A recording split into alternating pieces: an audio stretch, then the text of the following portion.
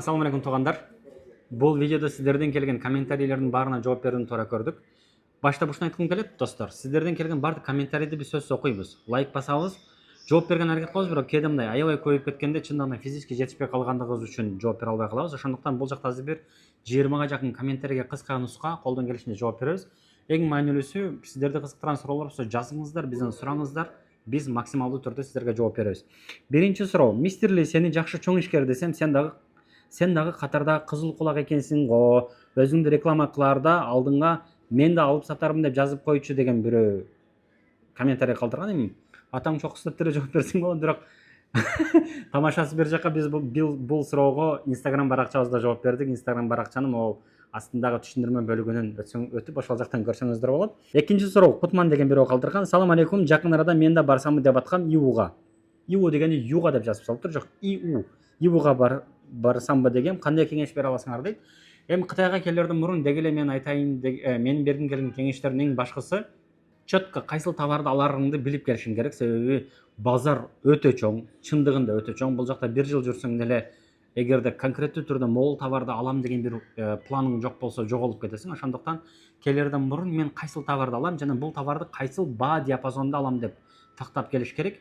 Бир эле товардын эконом класс, премиум класс, средний класс баалары болушу мүмкүн. Так что биринчи жана эң маанилүү кеңешим ушул.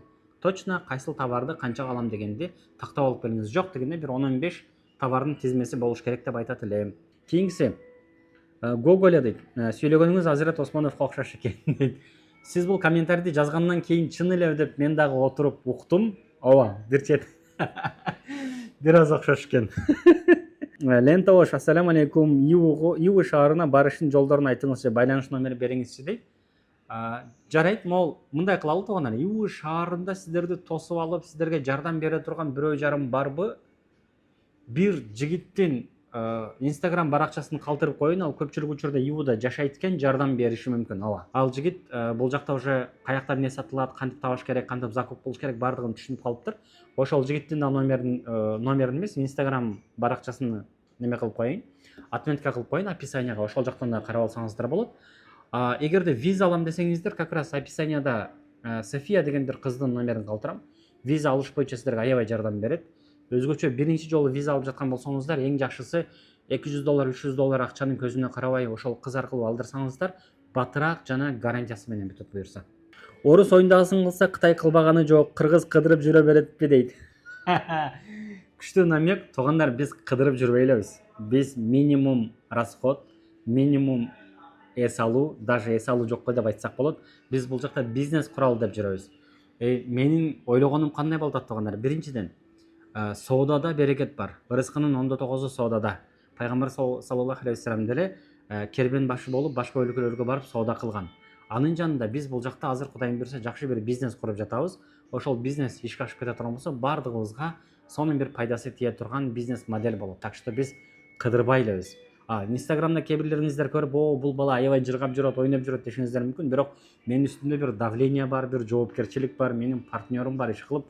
Бул сиздер көргөнчөлүк жеңил, сиздер көргөнчалык неме эмес. Оңой эмес дейинчи, мындай жыргоо эмес. Кантип байланышса болот сиз менен дейт. Могул ылдый жака биздин Instagram баракчаны отметка кылып коелу, описанияга жазып коелу. Ошол жактан кирип биздин Instagram аркылуу байланышсаңыз болот. Эгер биздик бир кызмат болсо, айта бересиздер. Ассаламу алейкум, мен чыкканга кызыгам. Кытайдын кайсы товары менен личкага жазып койчу дейт. Аябай татаал суроо, Рысбек мырза. Себеби өтө көп товардын түрү бар. Сиздин бюджетиңиз, сиздин кызыгууңуз, пока немере Кытайдын товарын алып сатаардан мурун ошол товарды бир аз түшүнгөнүңүз жакшыраак болот. Бул кандай колдонулат, кандай сапаттуусу, кандай сапатсызы бар деген сыяктуу. Так что бул мындай бир неменин бир эле сизге комментарийде жооп бере салып турган нерсе эмес. Бирок азыр биз команда менен сүйлөшүп пландаштырып атабыз. Бул жакта кызыктуу товарларды Instagram баракчабыздын стористерине такай чыгарып турабыз. Ошол жактан кызыктуу бир товар бар болсо, итак эле товарды чыгаргандан кийин ушул товарды сатып жаткан адамдын WeChat'ин дагы бөлүшөбүз. Ошол жактан өзү менен байланышсаңыз дагы болот. Же болбосо биз менен байланышып, биз сизге ал товарды алганга жардам бере алабыз. Эми азырынча пилотный версия биздин иштөө системабыз таптакыр башкача, бирок эгерде чоңураак объемдо ала турган болсоңуз, биздин корото турган убактыбызга татый турган болсо, алып бере алабыз буюрса. кийинкиси иудагы ушул гостиницанын дарегин болсо WeChat берсеңиз дейт. Хорошо, биз деген эгер WeChat боло турган болсо адилет неме кылып коелу, экранга эле WeChat'ыны коюп коелу. Гүлназ айым, сизге жооп катары айтайын. Сиз кызымды немеге жөнөтөм деп кайрылдыңыз эле? Кызымды Гуаңжоого окууга жөнөтөм деп кайрылдыңыз эле? Бул жака келсеңиз, гостиницадан по сути проблема жок. Себеби ар бир экинчи шаг бардыгы мейманкана экен да. Жунгуга сапар көргөндөй болдум дейт. Чоң рахмат. Биз дагы ошо максималдуу түрдө келген этаптардын бардыгыны чагылдырып берели деген оюбуз бар. Себеби миң уккандан бир көргөн дегендей, балким Кытайга келем дегендерге аздыр көптүр болсо дагы бул бир элестетүү, бир представление берет да биздин чыгарып аткан видеолорубуз. Так что Instagram баракчабызга катталып койсоңуздар жакшы болот. Ассаламу алейкум, Максат Мухтаров деген Мухтаров менен да окугансызбы же кандай айта кетиңиздерчи дейт. Валейкум ассалам, Сыймыт. Биз Максат Мухтаров менен окуган эмесмин. Максат Мухтаров менен таанышмын. Бишкектен таанышканбыз. Гуаңжоого келип дагы достугубуз күчтөндү деп айтсам болот. Кудайым буйрса, алар менен дагы бир-эки сүйлөшүүлөр жүрүп жатат. Ылайыгы келсе, алар менен да иштешебиз. Сайкал Рахманчанова. Сөгүнүп сүйлөгөн тукканда Али Байкени урушуп салгым келет го. Кантсе да сизди үлгү катары көрүп жүргөндөр бар. Угулган эмес, бирок деген жери бар. Кошулам. Биз деген мен өзү негизи сөгүнбөйм. Негизи сөгүнбөйм, бирок кандай десем,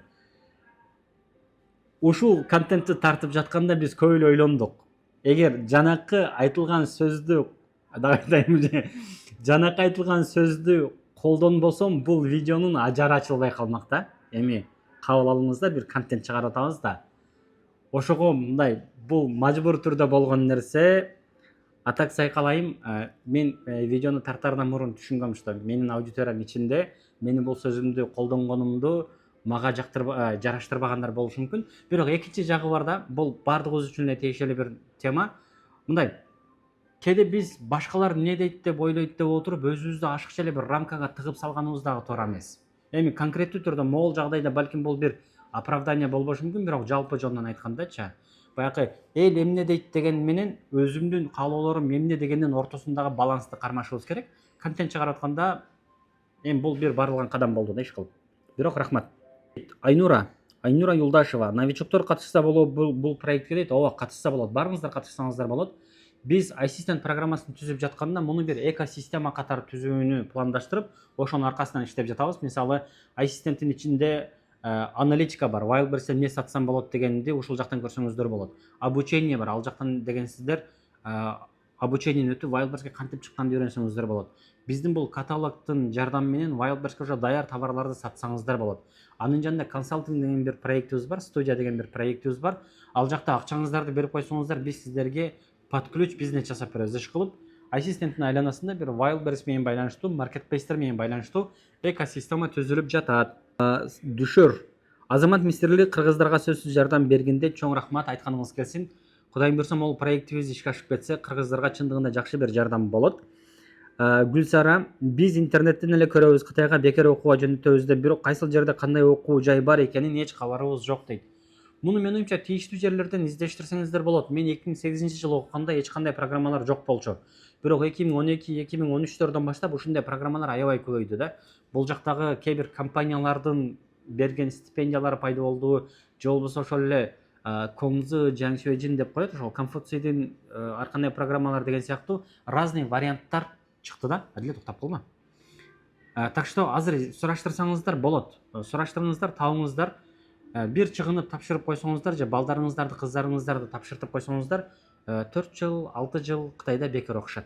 И плюс стипендия алышат.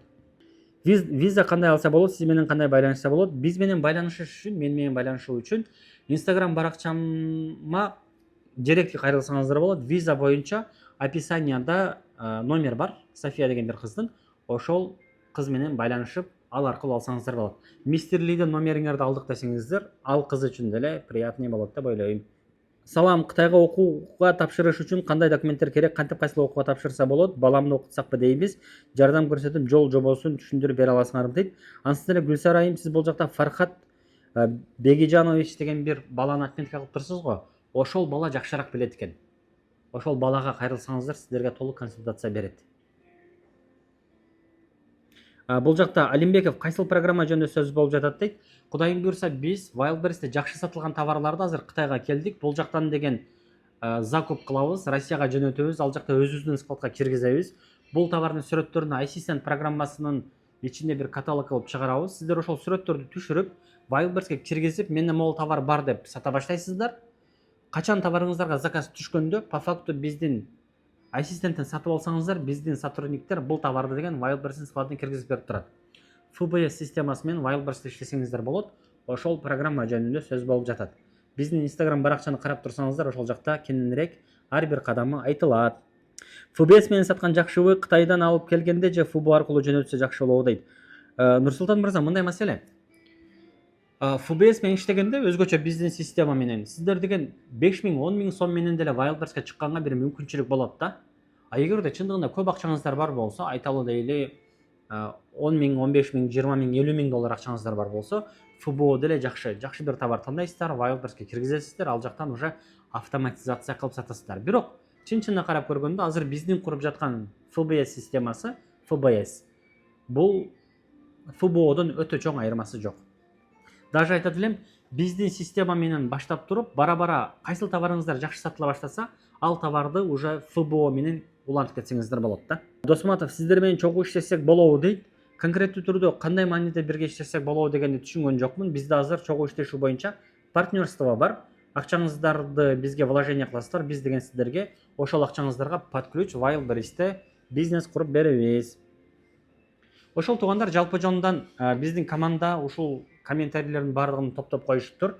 Баардыгына бир-бирден жооп берип чыккан аябай майдаланып кетет экен. Андыктан баардыгын бир видео кылып тарттык.